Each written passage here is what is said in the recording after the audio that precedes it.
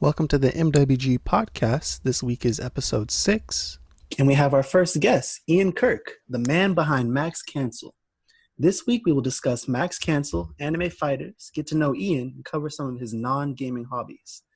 So, Ian, why don't you go ahead and introduce yourself? What's going on? My name's Ian from, originally from Chicago. I guess we'll throw that out there. And been in California for most of my life.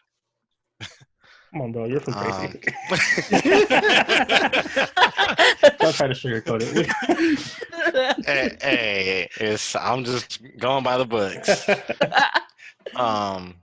Yeah, I grew up with most of you guys in Tracy, and been a lifelong gamer.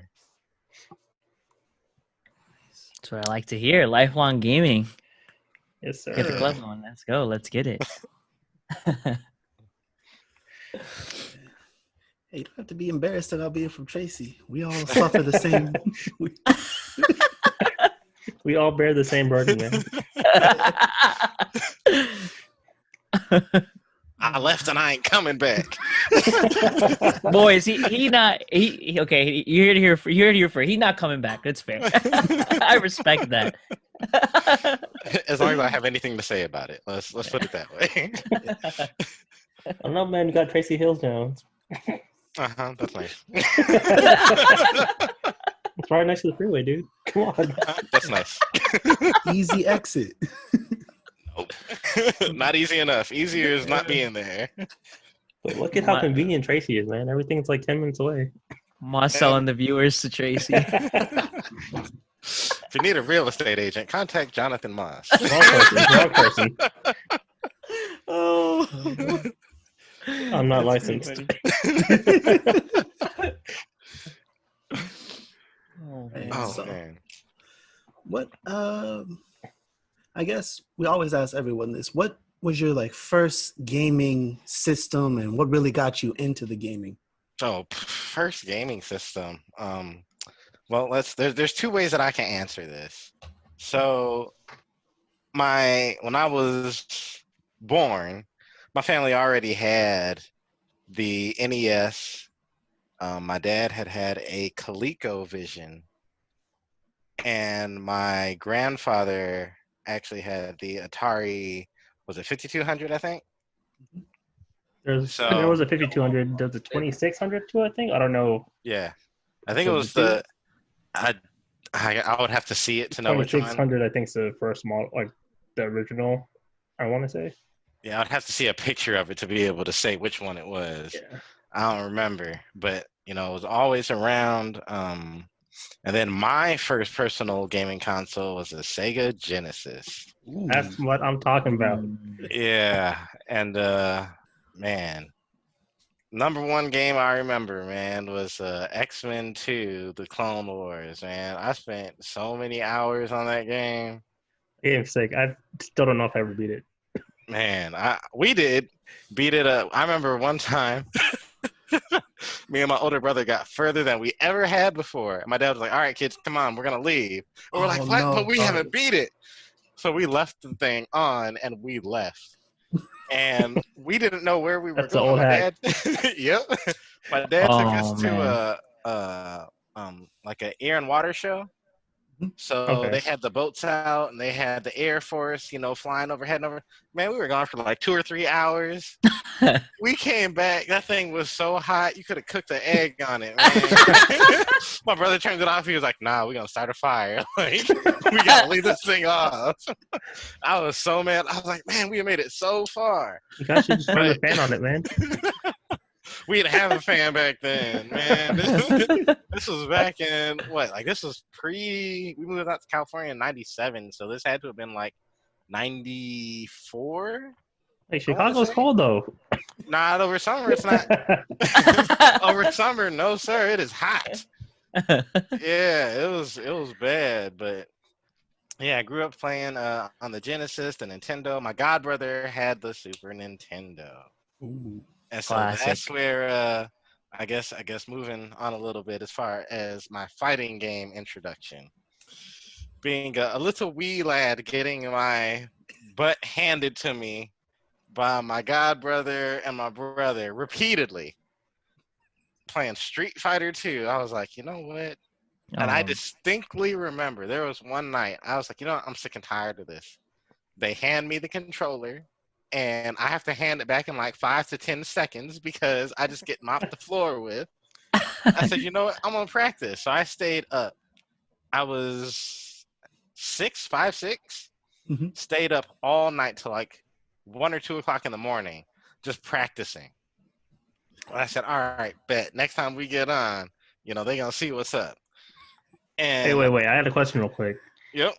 Did your brother and your godbrother actually teach you like how to do moves, or did you have to figure that out on your own?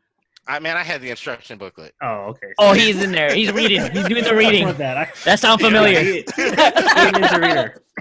Doing the reading. That's what I like to hear. They were like, oh no, we're not going to teach you anything. Here's the controller. Do your best. Good luck. And I was like, man, all right, cool. I get to play. Oh, my turn's over. So I was like, nah, we ain't going down like that.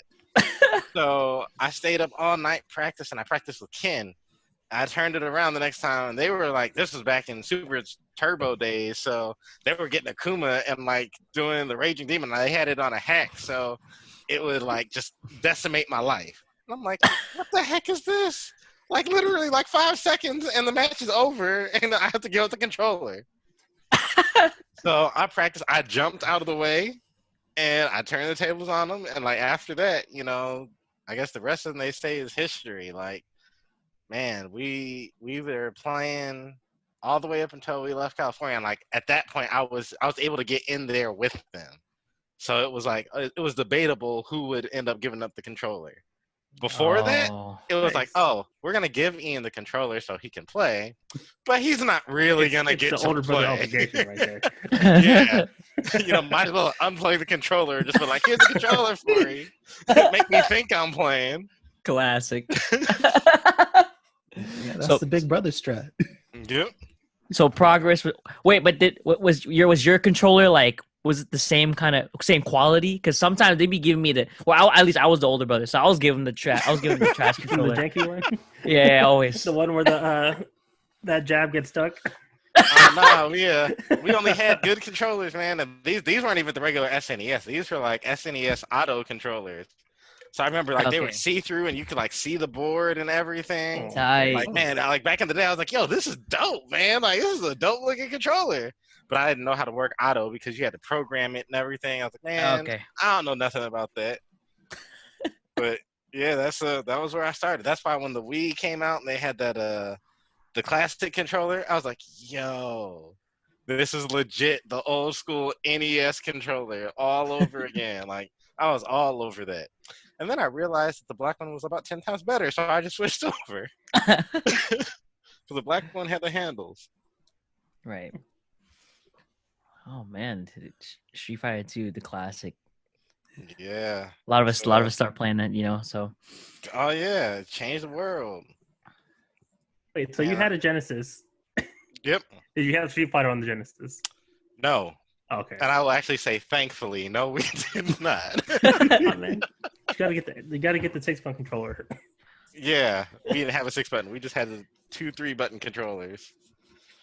But now that I'm in my own spot, I'm actually looking to get set up with my Genesis again. And I saw they got wireless controllers for the Genesis now. They'll actually work on the Genesis. So I can get like a wireless 6-button controller. Man, I'm about to have it hooked up. Nice. Mm-hmm. It's crazy. They're making new hardware for classic systems. Yep. I did not know that. I gotta look into that. Yeah, they got HDMI converters and everything, like up-resing and all that. So that's tight. Looking into it. Yeah. That's tight. Yeah.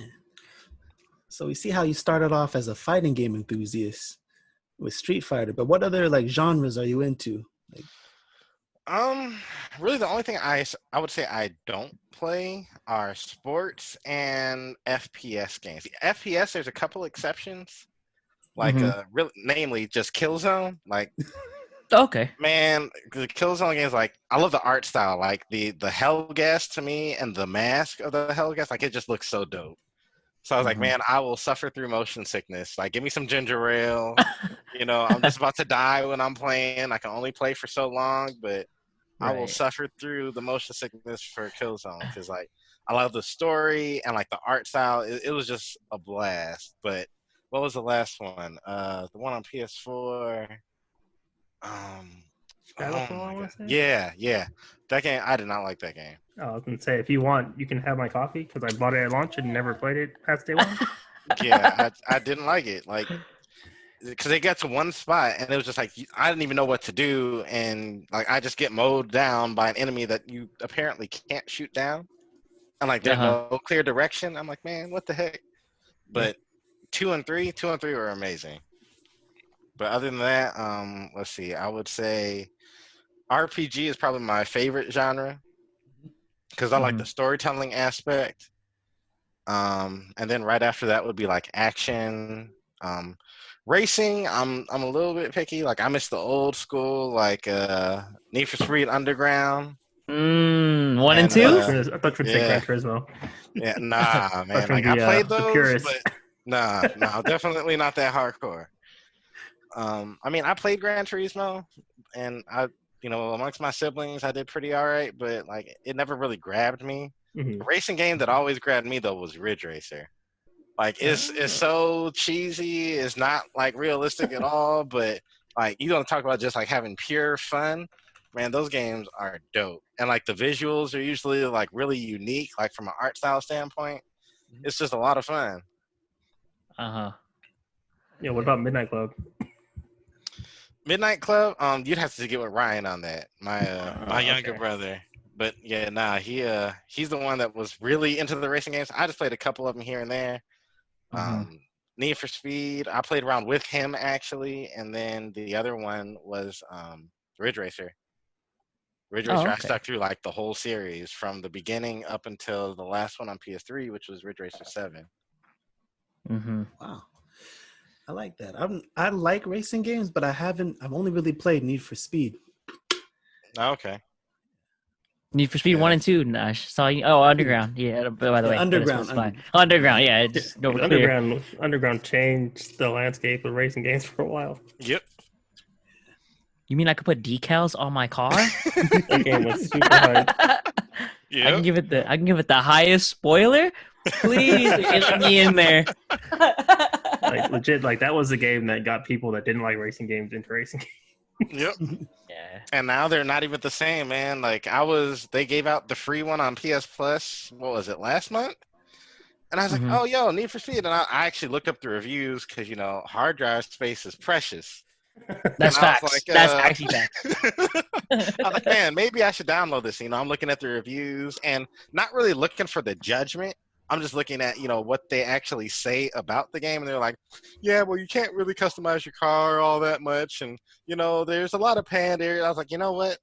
This doesn't sound like a game I want to give up my hard drive space for. So, I just kept it pushing. Like, I got it, so I grabbed it so that I can download it if I want to. You always put it in the library. Yeah, you always just, you just grab it. You might not even play it, but grab it. Right? Just in case. Just in case, Build a collection real quick. Make my library look nice. Yep. Go online and scroll. Is there anything I want to download? Nah, I'm good. Do the check every once in a while. All right. Oh yeah, but I did buy this 4 years ago, didn't I? All right. Well, here I am, not going to play it again this year. Yep. Exactly right. Man, hard drive space is like the key now. Yeah. It really is. Yeah, like I got a 2 terabyte, and I'm just like, man, like I'm still running out of space, man. Man, Ian, you're balling 2 terabytes. I don't got those. Man, that's because I was on the PlayStation all the time, man. I was like, man, I need as much space as I can get. So I got the 2 terabyte SSHD, so it's a hybrid. Oh, okay. So yeah, that was when I was working a lot more, and I was actually getting paid, doing pretty all right for myself, let's just say. But I didn't have time to enjoy it. Now I got time to enjoy it, and I'm not. I really don't have a whole lot to say. Just I'm not. Okay. Oh. Wait, so RPGs, just real quick, like just some of your favorites, I guess, because you definitely got some Oh histories. You yeah. definitely got some favorites. So I guess we can go even into my top 3 games. So none of them are actually fighting games. Okay. And Fair, I actually sat respectable. down and really thought about it. So my number 1 favorite game of all time, undisputed, Devil May Cry 3 Special Edition. Like, period. Oh, That okay, the okay. story, the gameplay, like that was just amazing for me. Number 2 and 3 though are where we get into the RPGs. So Final Fantasy VII actually does not take the number 2 spot. That actually is Uh-oh. the number 3. Oh, you juked Okay. me. You juked me. Yeah, I was like, Okay. let me go ahead and offset that expectation a little bit. Okay, okay. Final Fantasy VII, amazing game, love it. The characters, the world, like it was really creative. But there's one game that just like it hit on every front for me, and that was Valkyrie Profile. Not Final Fantasy Valkyrie. 13? Don't even get me started on 13, man. Oh, he's tied 13 off. is such a love-hate relationship, man. Come on, man. You bought Oh the my whole gosh. Exactly, and that's why it's so frustrating.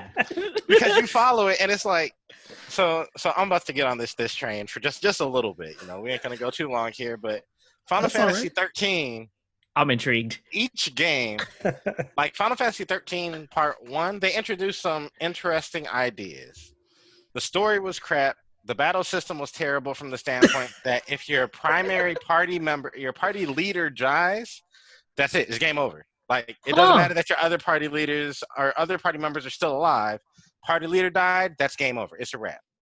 And I was like, okay, so they set it up so that each battle is intentionally more difficult, but they don't even let you're not running through Phoenix Downs for your party leader, nothing. Your party leader falls, that's it. Final Fantasy 13 2, they fixed that. Oh, okay. They actually, you know, your party leader falls, you can switch over to your second party member. You got this little Pokemon element where you can get other characters. The story was way better than the first game, but you're literally playing the damsel in distress from the first game, who wasn't a playable character. Mm-hmm. And I cannot make this up, a dude that literally falls out of the sky. Literally. Can't make it up. Like this is I was like, you know, that's not even like, oh yeah, he fell. No, he literally falls from the sky in the beginning of the game, and this is like one of your 2 main characters that you play. And I was like, are you really? Story is like 10 times better though.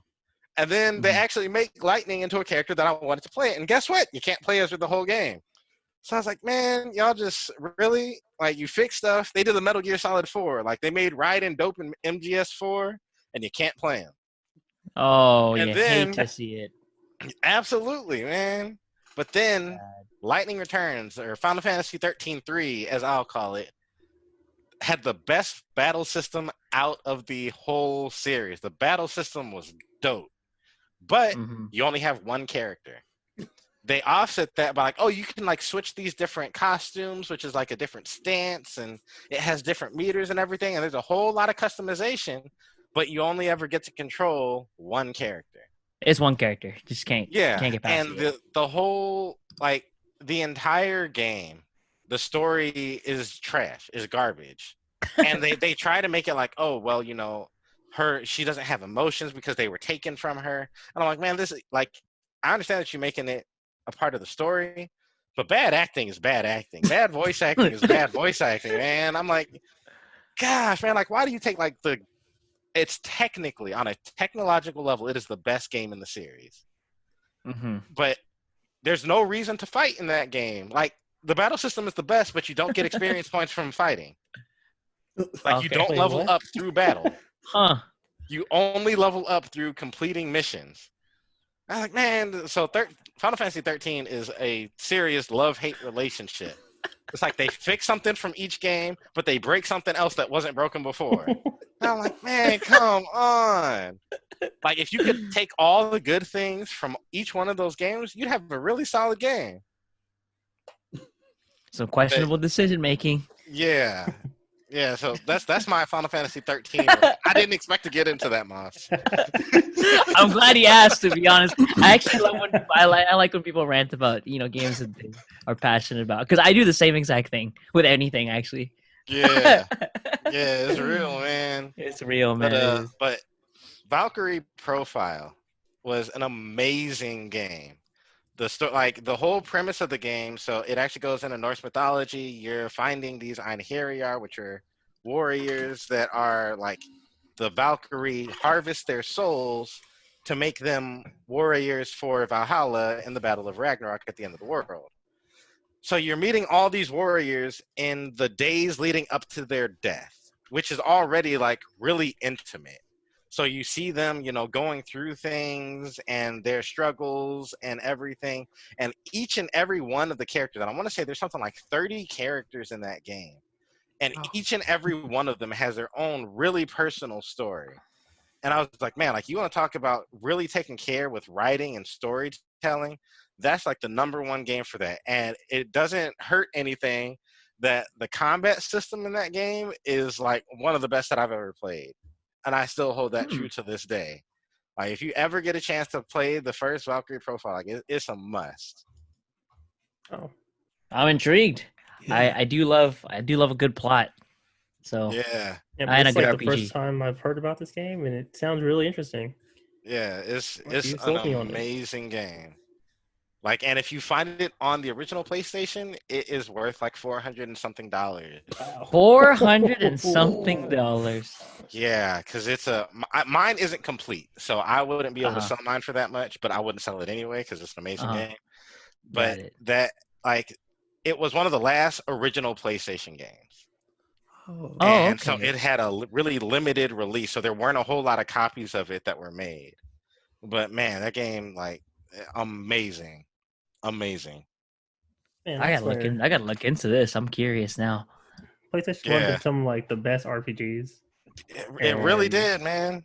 I wasn't like big into RPGs around then, so I missed out on a lot of them. And now they're so difficult to find and play. Yeah. No, emulators.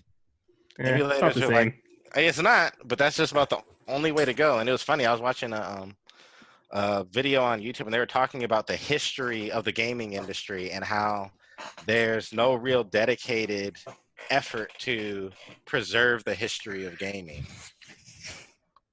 And it's tragic too, because a lot of gamers in general, including the gamers we bring onto the podcast, have a history just like this with like niche, obscure games, and it's a shame that you have to resort to emulators to play these like masterpieces. Yeah. And people that are growing up now that didn't get the opportunity to play these games are going to miss out and actually like miss out on what good game, like well-crafted games look like. Yeah. Unfortunate. Versus, oh, you want the second half of the story? Here's some DLC for it. Hey, that's $15 and you get to finish the game. Like, That's a whole that's a whole nother podcast. That's a whole nother Yeah, but so those are my top 3 games of all time, and I guess I'll go ahead and jump into where we start talking about fighting games. Mm-hmm. So these are in no particular order, because trying to rank these, other than I will say #1, I can't even put that in. Nah, these are in no particular order, because I can't. Like, it's too difficult. But I'll say Street Fighter 5 or Street Fighter 4. Whoa. Yeah, my bad. I'm sorry. Not 5. It is not 5. I promise. I'm like, I've known you for a while. I'm pretty sure. It's like, wait, what? Nas want to bleep stuff out. Like, my connection. I think I gotta go. Oh my gosh, that's too good. Not 5.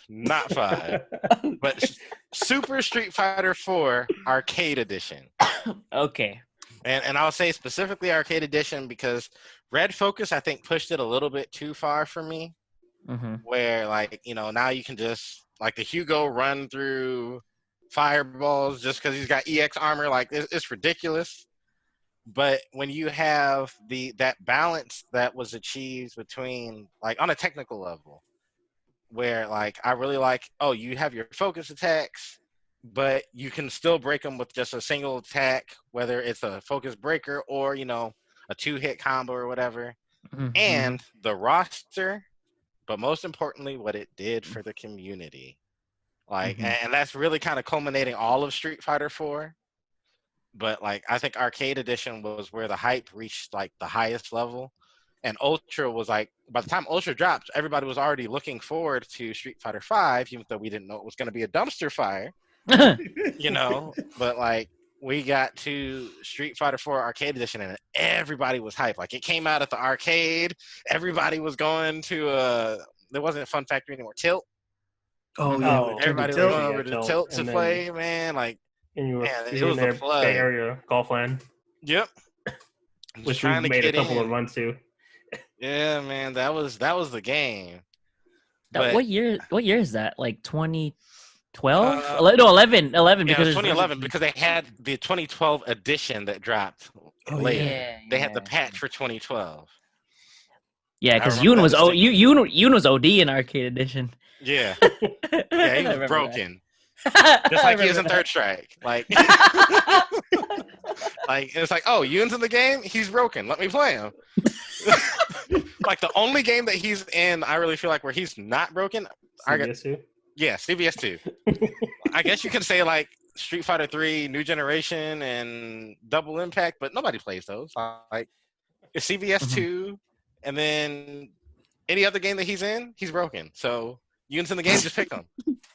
Easy win. Easy win. Wait, aren't Ken and Chun-Li higher tier than Yoon and Third Strike?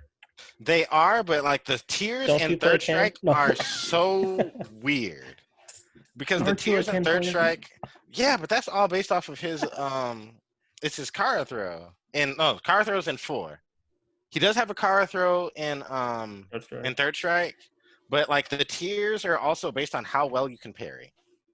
Huh. Oh yeah, I'm F Because tier. if you can parry, you can take a character like Hugo, who is bottom tier. Like Hugo is legit trash tier. And so are 12 and Necro. But if you can parry and parry consistently, like you can elevate them up into the higher tiers. Huh. Like Hugo's, I want to say last time I looked at the tier list, Hugo was the lowest ranked viable character. 12 is always considered like complete bottom tier, but Hugo is the last viable character, and they're like, he's like D tier. And if you can parry, you can take him up way higher than that. Mm-hmm. But It's yes, great. Right, Hugo, huh? yeah. That's super interesting. But then, so Street Fighter 4 Arcade Edition, Yeah. Blaze Blue, Chrono Phantasma, and Chrono Phantasma Extend. Okay. So Which one is that? Because their naming always gets me confused. So okay.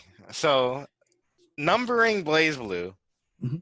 you have Blaze Blue 1, Blaze Blue 1.5, and you have Blaze Blue 2, and then you have Blaze Blue 2.5, and you have 3 and 3.5. Chrono Phantasma is number 3. Okay. So it's Calamity Trigger, Continuum Shift, Chrono Phantasma, and then the last one is Central Fiction. And that was the only one that didn't have an extend update. But I feel like Central Fiction, it did just a little bit too much from like a system standpoint. Like I feel like the best balance of systems in the game was Chrono Phantasma and Chrono Phantasma Extend by relation. Like those two, like they hit a real good sweet spot, in my opinion. Mm-hmm.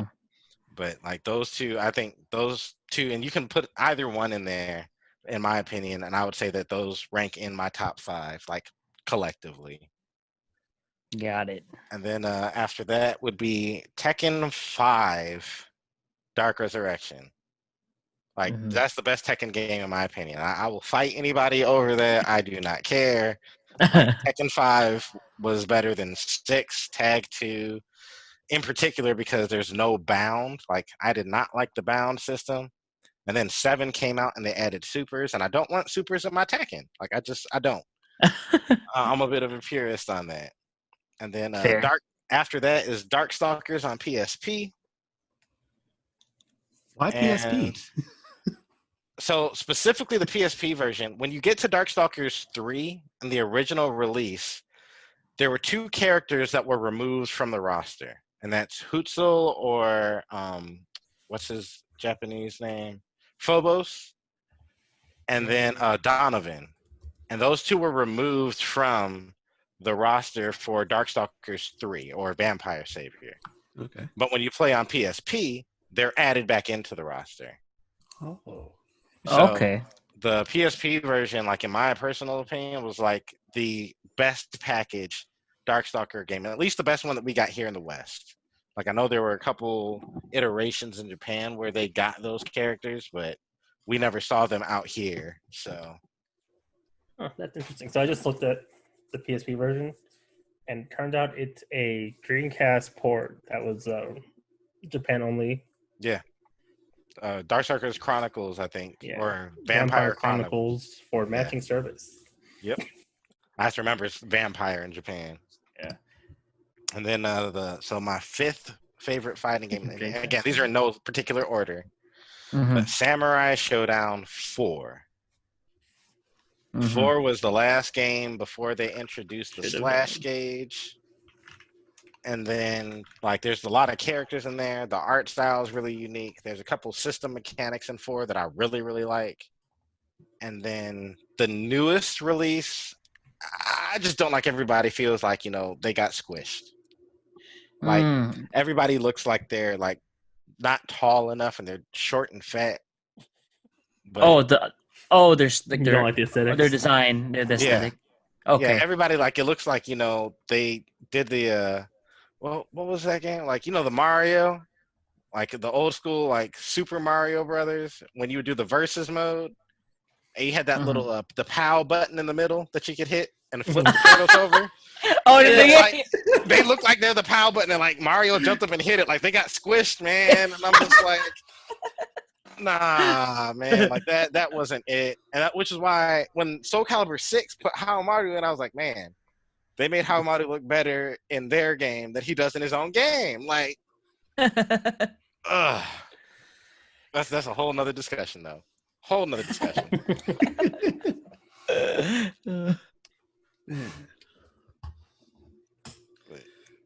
Man, Tekken 5. Yeah. Tekken 5? I'm late to Tekken. I was super late to Tekken. Tekken 7 is actually my first Tekken. Tekken 5 is tight, though. Yeah, it's got the music, it's got the stages. Yep. I gotta admit, we could do without the supers. Tekken's kind of nice with no supers. Yeah, like the supers. I think the biggest turnoff for me, actually, for 7, was the armor attacks. Like, oh yeah, when every character has an attack, and it's not a utility in the same way that like focus attack is, but it's a legit armor attack that. Yeah, lows can break them and throws can break them, but it's like, how is Julia gonna power through anything that Marduk throws at her? Like, I'm sorry, just no. Like, it aesthetically, like, it throws me off because Street Fighter, you expect a pretty good level of like surrealism and supernatural power. Yeah, like it's like okay, it's fantasy. Like, Tekken is a little bit more grounded in reality. Little bit. Not much, but a little bit. Right. Like you but when you see things, yeah. Like, but when you see things, like there's a level of sense you expect things to make. And like when I see Marduk or Ganryu or any of these big, heavy characters wailing on somebody like Nina or Xiao Yu or some petite little female, and they're just powering through the attack. I'm like, excuse me, like, girl, I'm like 500 pounds and like 7 feet tall, and you're like, 4'9" and $150. Like, what the heck? And they're just like, oh well, I'll just power through it. It's okay. And I'm like, wow, Yeah, It Tekken 7 just pushed it a little bit too far, in my opinion. It's fun. Like, I'll mess around with it, but I'm not going to take that game seriously the way that I did. Like, with Tekken 5 and to an extent Tekken 6. Like, I was pretty heavy into those. mm-hmm. Well, shout outs to Power Crush. Yeah. Whack. Oh man. So a lot of those games you mentioned, I remember playing them at Max Cancel. Yep. So why don't we get into that and tell everybody about, how Max Cancel started and just what it was. Oh, man. Yeah, let's start with what Max Cancel was, because So, Max Cancel. So, the name actually came from King of Fighters 13, which I couldn't quite get into my top level of fighting games. Like, it's not in my top 5. But man, KOF 13, big plug into that. That game was amazing. Yeah, that's my favorite. KOF. Yeah, the art style, like, the sound effects, like, man, make me want to go pop it in right now and start playing it. But the transition, like when you would link a super into what was called a Neo Max, it was called a Max Cancel. Mm-hmm.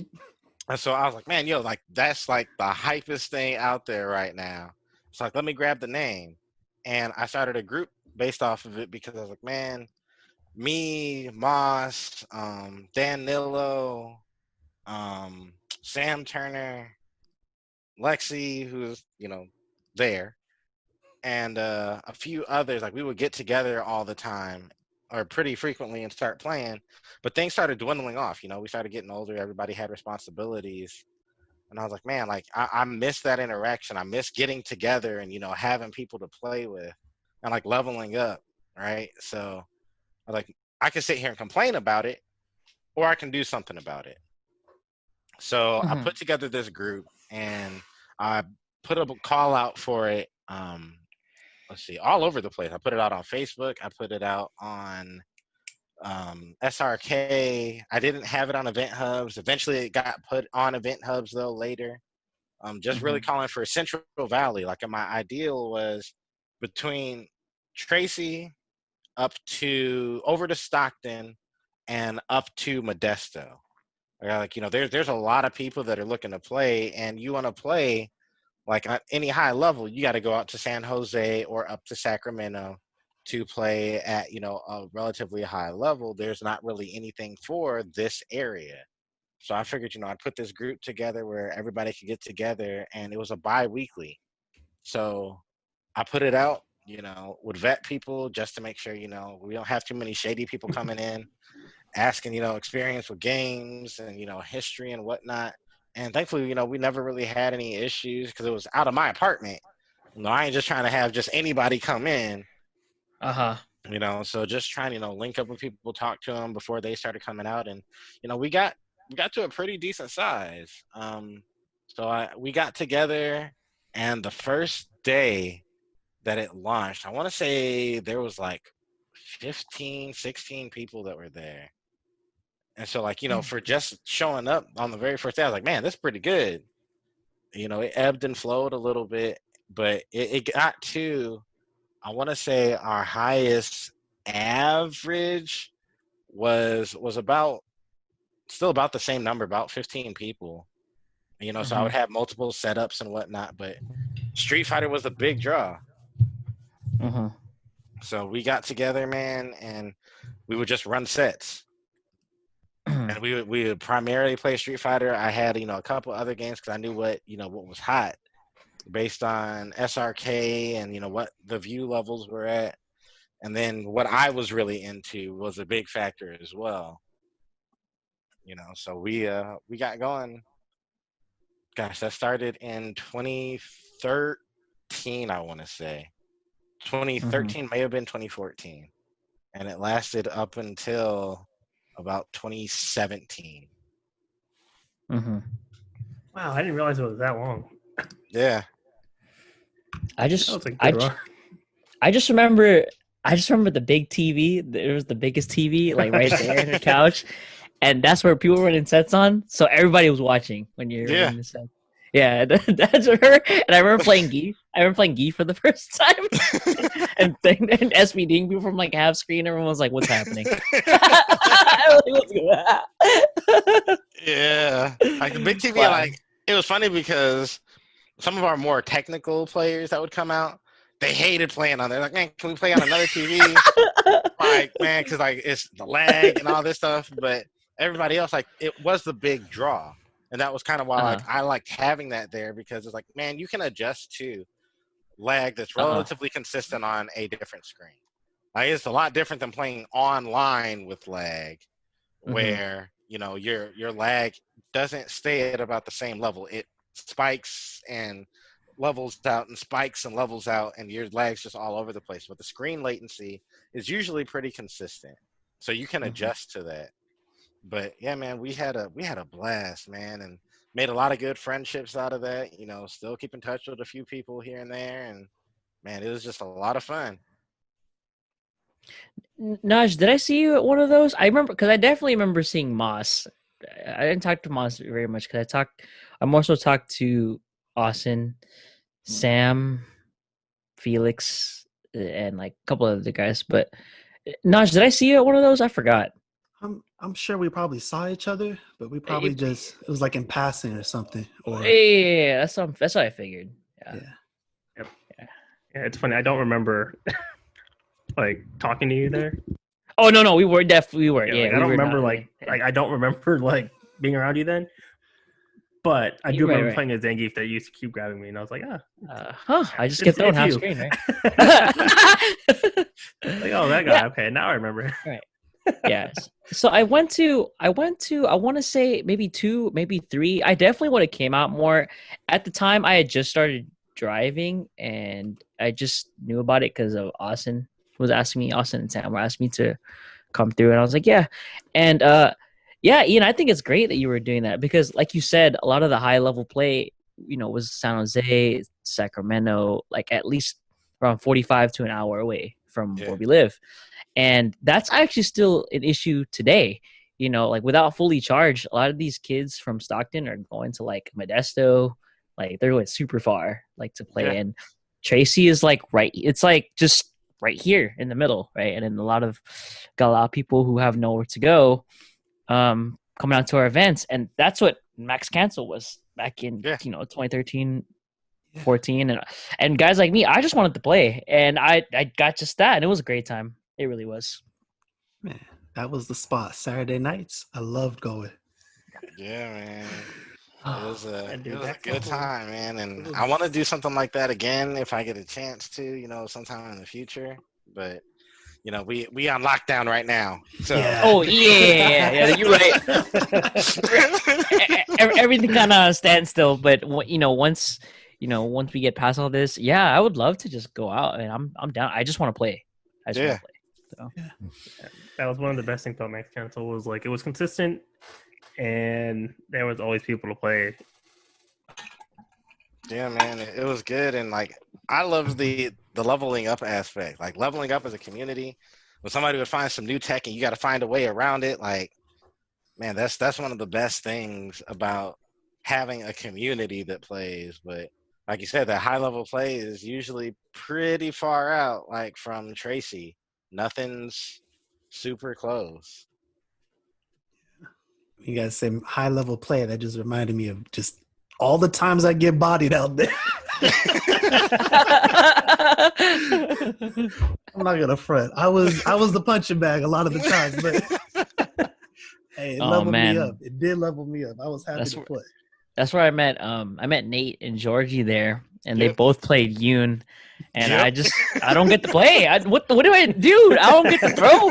Yeah, you lose a turn. You lose your turn. Every time. And then I think they do neutral jump. I think they're going to dive kick. They don't dive kick. I'm like, okay, I guess I get bodied. Yeah, they were like, oh yeah, it's just do it. Like, was their whole thing. It was like, oh yeah, just do it. Like, you want to play Yoon? Just do it. Like, dive kick? Just do it. Palm? Just do it. I was getting bodied. I remember that. Yeah, they were definitely a problem, man. But we playing with them, like I think they helped out a lot with leveling up, man. Playing against their Yoon, and George actually played Yang a little bit too. Mm-hmm. And then man, we had a few people. Alex came out with his Geef, and he was always looking to level up, man. And shout out to Alex. Like Alex was always, he was like one of the most consistent people there. Like Alex would make the trek out. I was like, dang, like man, you got people near you to play. Like, why do you come so far? But man, it was a good look, and like good friendship there. And yeah, Felix playing Seth. Oh my gosh. Oh, so Seth. Oh my gosh. Like, yeah, that guy and his Seth. Like, I could usually handle his Seth pretty well after a while. In the beginning, I could not. Like, I did not know what to do. And then he switched from Seth over to Sagat, and that was it. Like, I was like, man, I can't beat this dude, like, at all anymore. I could not get in. I remember his Sagat. Yeah, Sagat was nasty, dude, and dirty, too. But yeah, Sagat is nasty and dirty. He is nasty and dirty. Geef Sagat, not very fun. Yeah, at all. How many like matchups against Sagat are actually fun? Sagat versus Sagat. Bro, why you think I'm telling you, dude? In Street Fighter 5, Sagat, but then once I start live in CVS 2, there you go, man. Once I'm in Sagat, I'm in there. Oh my gosh. I just throw fireballs the whole game. That fear can reaches halfway across the screen. Let's get it. A Dawson head reach? No, Sagat. There just comes a time where you're a young whippersnapper and you're trying to get in there, and then once you become wise, you realize these cats got to come to me. I'm playing Sagat. Yeah. Like you have to make that trek from the opposite end of the screen without getting hit. Playing, so it stops being a Street Fighter game, and suddenly you're playing bullet hell games. Like, oh man. So I'm seeing here memorable sets and right. So yeah, anything memorable from Max Cancel. I wish I went to more, so I had more of those. Oh man, there's a lot. I'd say from Street Fighter, probably the most memorable for me was Felix's Seth. That's what comes to mind immediately. Mm-hmm. His Seth, and like that was like a huge wall, and it took me a while because he's so random.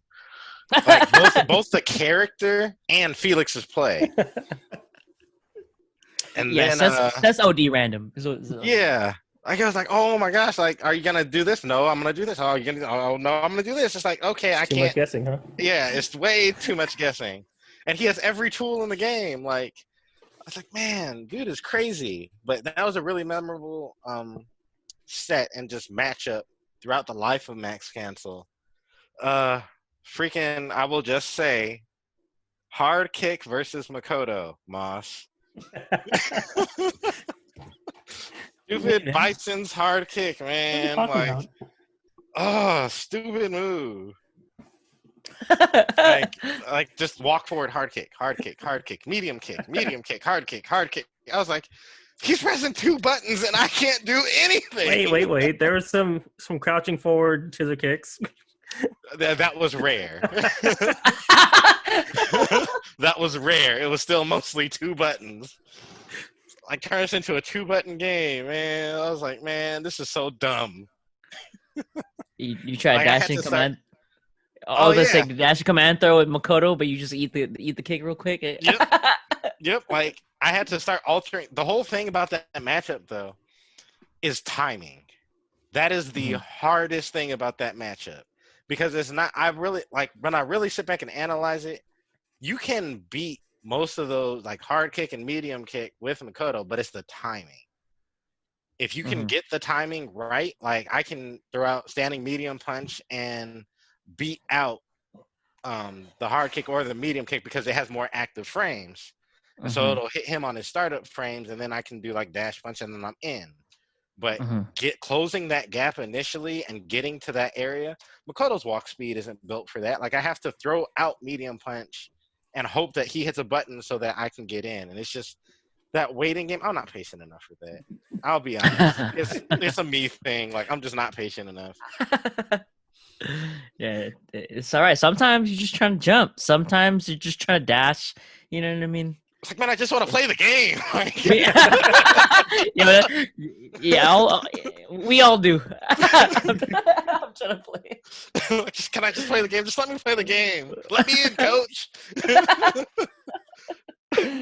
Oh man, I remember a That's lot of funny. trades though. A lot of trades. Yeah, but trades are no good because trades are always in your favor. Because it keeps me at about that same distance, which isn't where Makoto wants to be. She wants to be closer.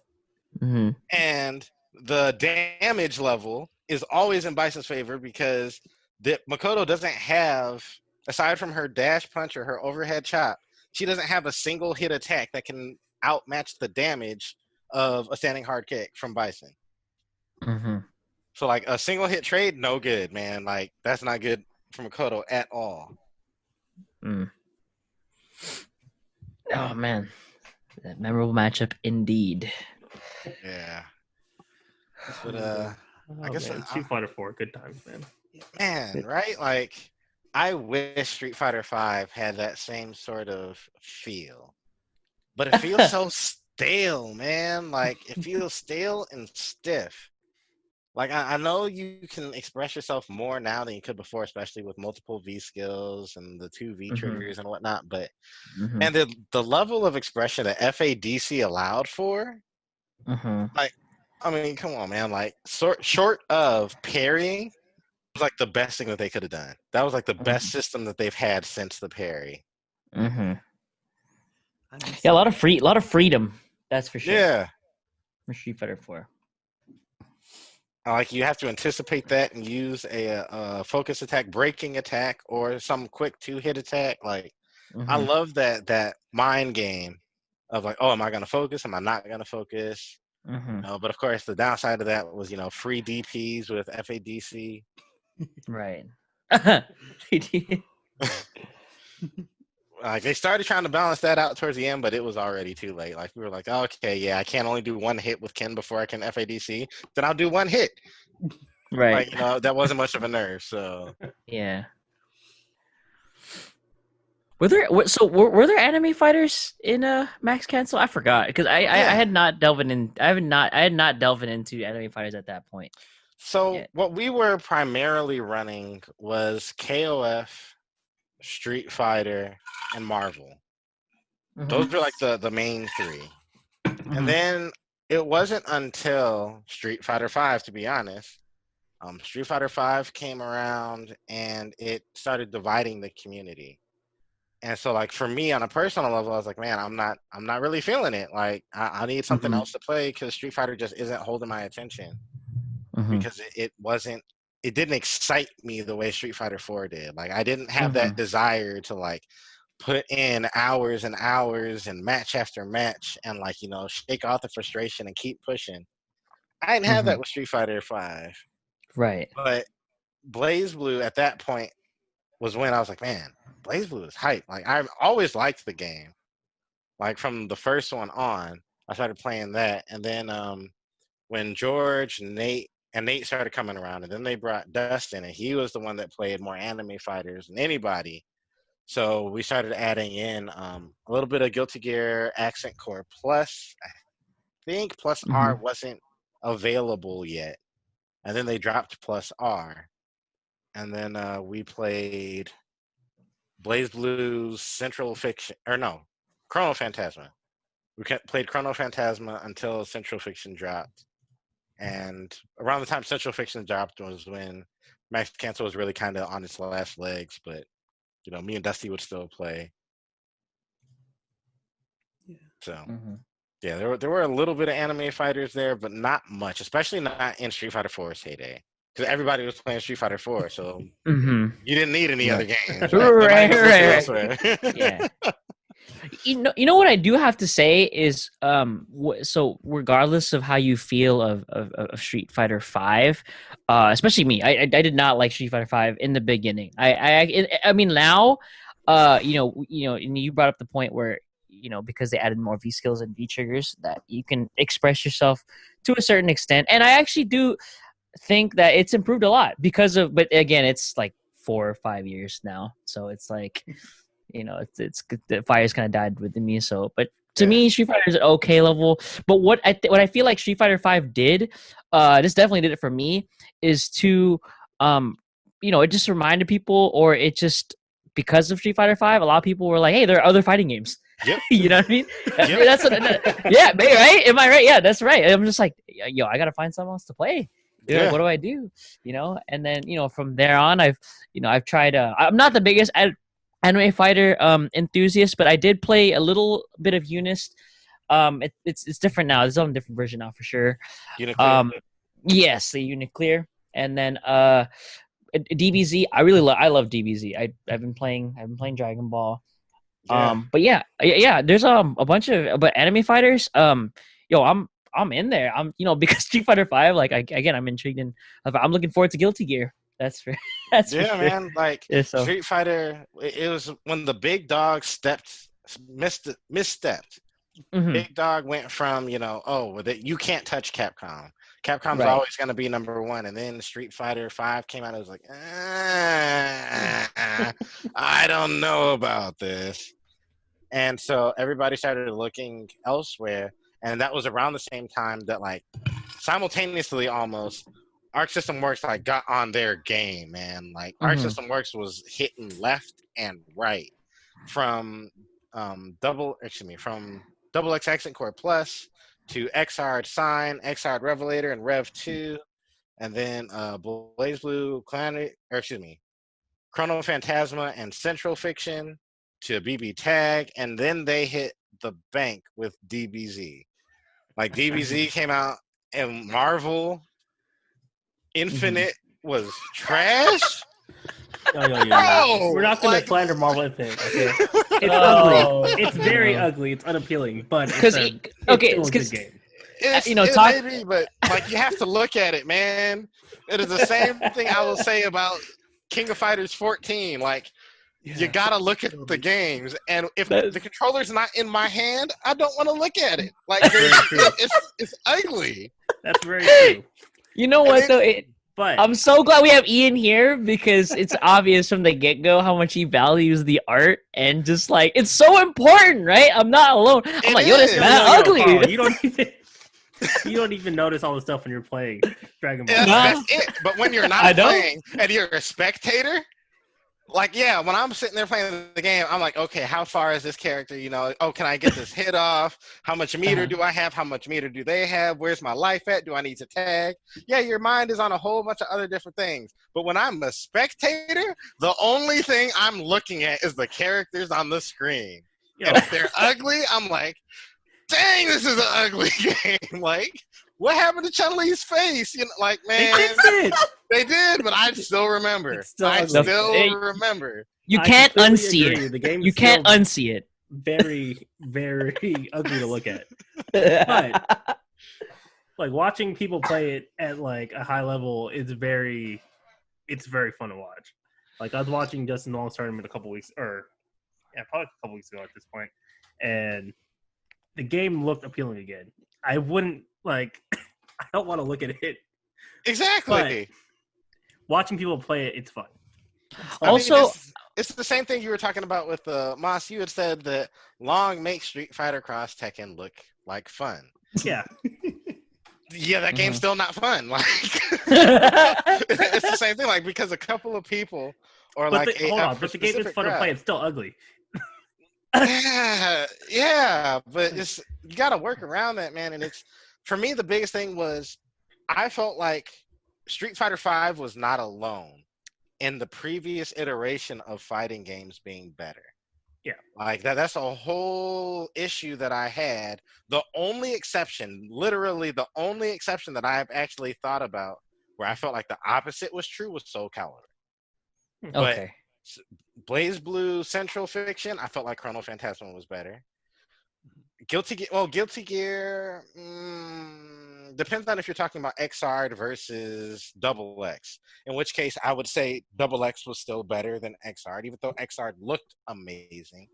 Double X, I would argue, had much better and much tighter gameplay. Tekken 7, I already shared my feelings on that. Street Fighter, I already shared my feelings there. Like, it was like, man, at the same time, all these companies put out a sequel, next product or the next line in their flagship titles, and all of them were a step down.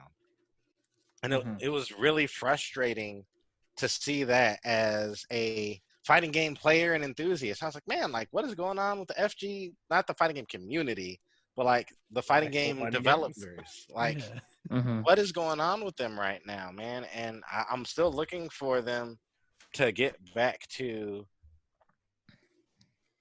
I would say, the level that I expect. The only one that I can really say, in my opinion, obviously really doesn't matter, is Tekken, because Tekken's taking the world by storm right now. But I miss the older Tekken games, and like the supers really did it off for me, and then the guard crush attacks or whatever the heck those things are called, those didn't do it for me either. But like all the other games, and it doesn't seem like I'm alone on that, you know.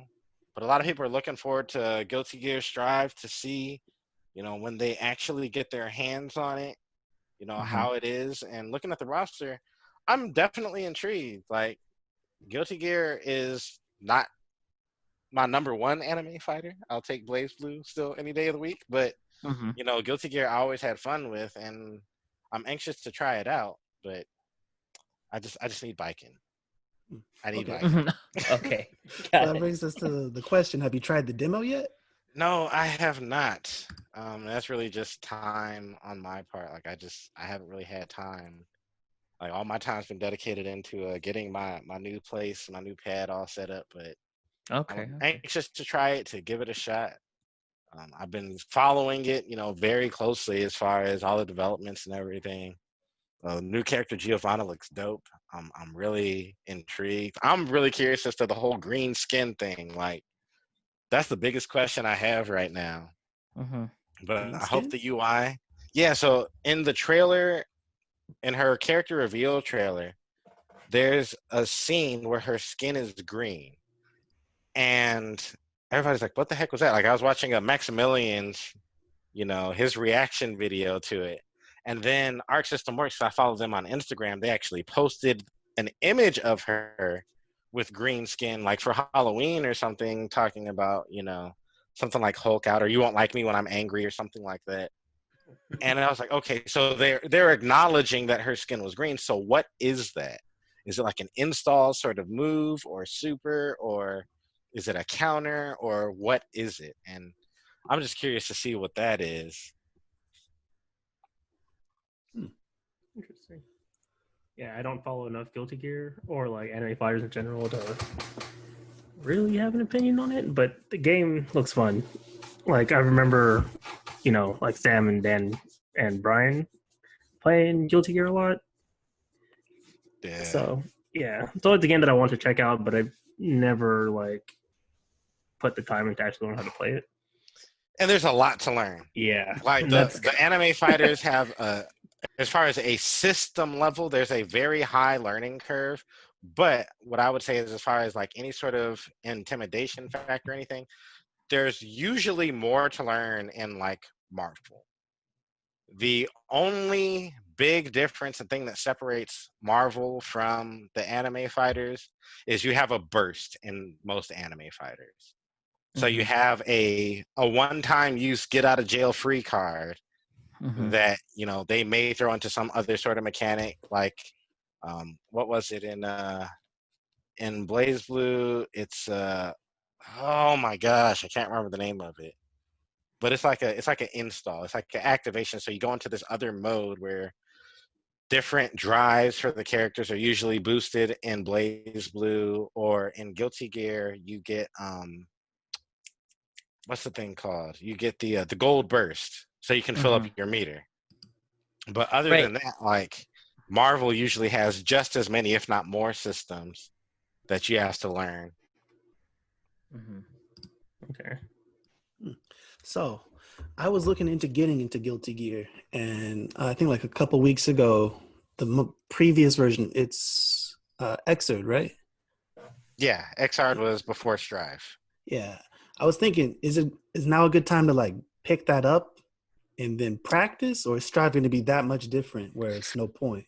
From what I have heard, and all this is secondhand, is the game is different enough that you probably shouldn't spend too much time getting familiar with XR. Like they said that it's pretty significantly different.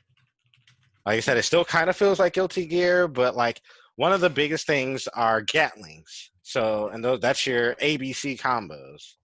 So like almost every character in Guilty Gear can string from punch to kick to light slash.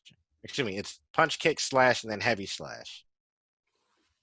But yeah, it's just they did away with that in Strive, where you can no longer string from punch. So you just like I think you can triple jab or like jab into special, but you can't, punch, kick, slash, hard slash any longer. So the way that functions is completely different. And that's been like the biggest thing that players from Guilty Gear like had to kind of wrap their heads around, from what I've heard. You still have you have stage transitions now, so a dust attack will burst somebody through a wall if they are against the wall, but you can also not burst, dust. Sorry, wrong terminology. Dust attacks will burst somebody through a wall if you hold forward, I believe, and if you hold up, you can still launch them into the air. Whereas before, it was just a wall splat, and you could combo off of that.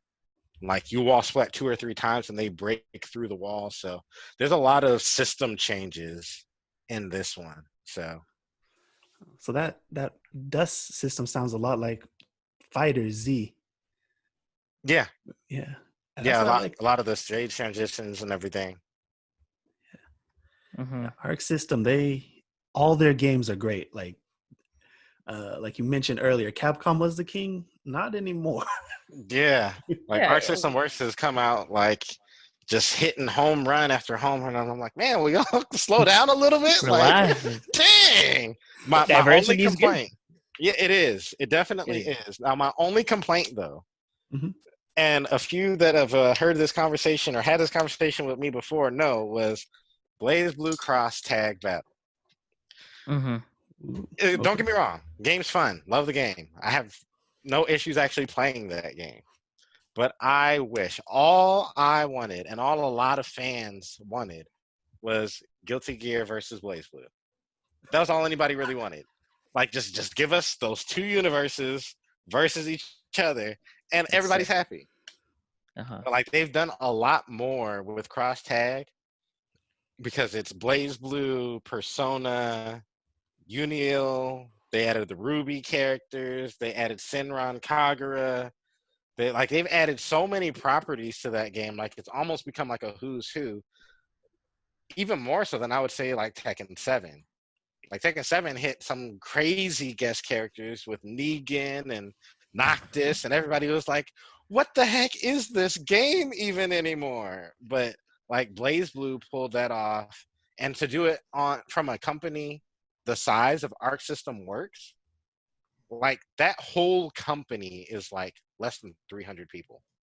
Wow. Like the entire company is less than 300 people. Did not know that. Yeah.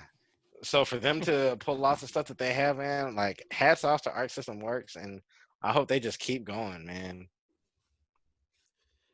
Me too. I'm glad that you could say Street Fighter 5 blessing in disguise, because again, everyone discovered other fighting games, and this allowed for Arc Systems to grow, and now everyone's talking about their work. Fighters is huge. I accidentally have 400 hours in that game. I sorry. So it got 400 hours? What happened? Where did this go on? I don't know. I don't know. I'm not gonna lie. I don't know. Actually, it's not it's 395.3. Okay, come on. It is 400. Just round up. Like, go leave the PS4? console on tonight. Like it's 500 or 400. Do you have it on PS4 too? If so, no. I only have it on Steam. I only have it on VA. But the thing is though, is because it's funny because because I didn't really take a liking to Street Fighter 5. I jumped into other games, and like Dragon Ball Fighters is the first anime fighter I really played. Like I've just tried other stuff, but I never really like got into it. But because I had friends that played fighters, I just got it. I got into it. I immersed myself, and yeah, it's like night and day compared to Street Fighter. It's night and day compared to Marvel too. I mean, it's similar to Marvel, but like again, there's Very different though at the same time. it's still very There are a lot of things that they're different, and I think it was a great introduction to for newcomers to get into anime fighters. So after DBZ, they're like, oh, I want to try Blaze Blue now, or I want to try Guilty Gear, or I want to try the new Guilty Gear too. Yeah. You know what I mean? So Yeah, that's how I feel. I think that Dragon Ball was legit probably like the best property that Arc System Works could have got a license for. Like that there was no other property out there that One Piece. fit them. Hey, chill. I Like, think Dragon from Ball a- actually. I think Dragon Ball still would have. It's probably the ideal one. Dragon for Ball- them. Dragon Ball is bigger. Yeah. Like whoa, the whoa, Dragon- whoa. Hey, as far I as don't know about that. popularity, I don't as know far as about that. popularity, I don't know. the but- world over, Yeah. Dragon Come Ball's on. more well known. Yeah. like I agree. and the art style is already, it lends itself more to their art style as well. Yeah. So, man, like I feel like that was like a dream come true for them, and it got them on the radar for a lot of people. Are like, who the heck are Arc System? This is their art. Like, this is amazing. And like you said, everybody wants to go now and take a look. These other Arc System Work fighters that they never gave a shot because it was a little too weird. But as you start to see the quality of their stuff, man, it's like they do not make low quality games. They may not be necessarily be the best games, but what I can never knock is their quality. Mm-hmm. So that's Arc Systems. What's their new one? The Grand Blue Fantasy, where where that's another IP they got, and they killed it. Yeah, the game is huge. Like in Japan, Grand Blue, it's a Grand Blue Fantasy. I actually played it because of Arc System Works coming out with Versus. I went back to the original source and was like, you know what? Let me check out this little mobile game. The game itself was fun. Don't get me wrong. Like, I don't even really play mobile games, and I was kind of hooked on that one for a minute.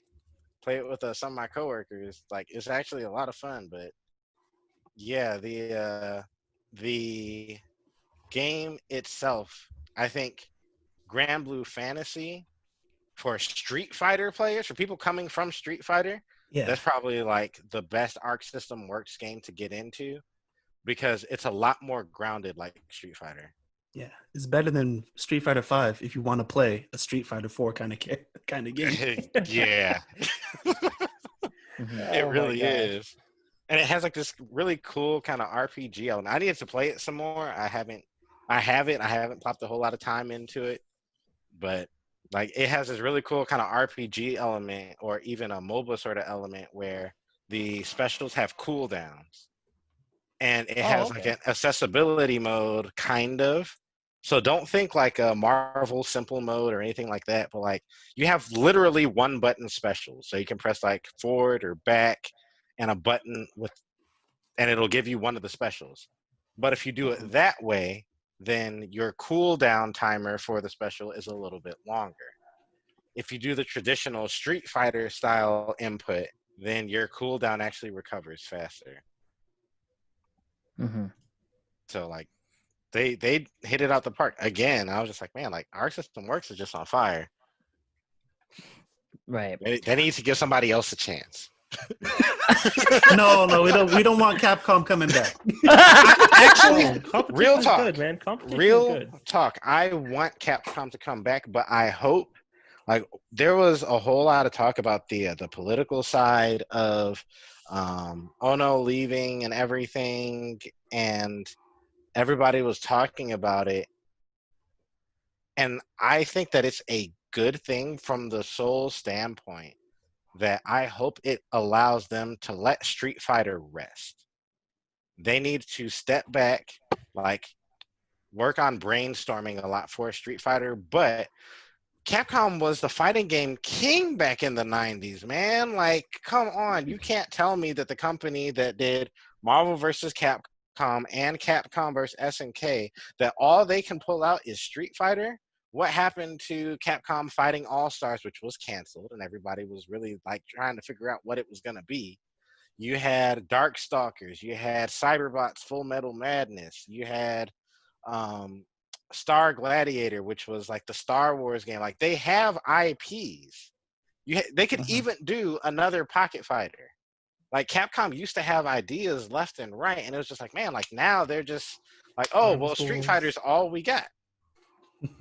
Like, why would I? be nice to see. Why would I pay for them? Why would I pay for for them to like possibly innovate and use one of their IPs and just like throw out another fighter? Why would they do that when they could just give me another Chun-Li costume? Right? Like, oh my gosh, the Chun-Li costumes, man. Like, I was like, Chun-Li's got like 50 costumes, man. She has a legit whole wardrobe in Street Fighter 5.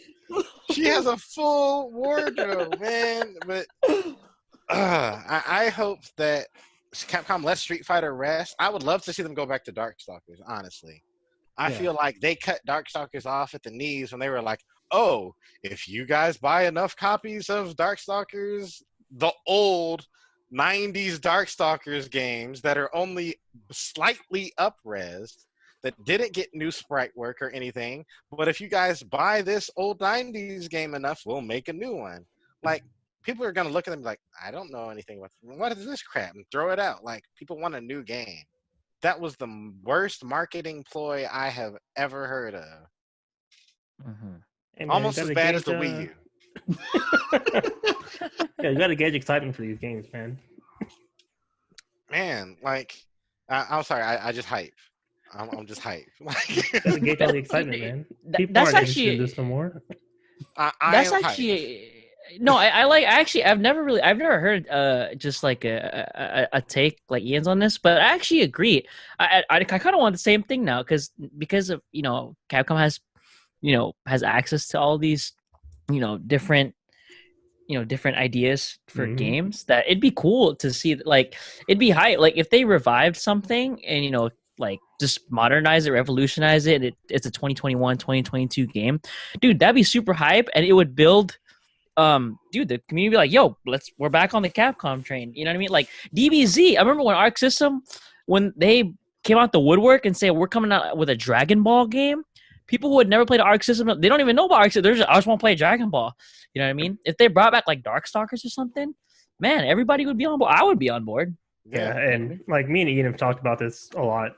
Like, these legacy companies like Capcom and Sega and Konami, they have enough IPs that they don't need to continue to make AAA budget games all the time, and they can make a smaller budget game using like their older IPs.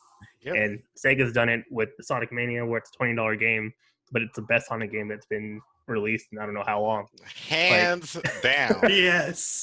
Like, Capcom has a plethora of fighting game IPs that they can pull from and make a lower budget fighting game that will probably sell really well because A, it has the name recognition, and B, it's Capcom. Like, these are games that people have been waiting for, like Rival Schools and Darkstalkers and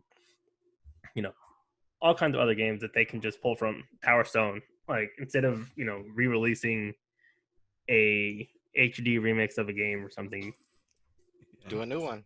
Build a new one, a lower budget game, and it doesn't have to be an ugly game just because it's low budget, like they can actually make like a really legit good low budget game using their old IPs and let Street Fighter rest for a little bit. Yeah. All right. So real quick, I think we're going to jump into some other topics, but before we jump into that, Ian, you used to host Max Cancel. You had Street Fighter, you had BlazBlue, you had all the anime fighters, Marvel, but we host a Smash tournament out here. Why do you have the hate for Smash, Ian?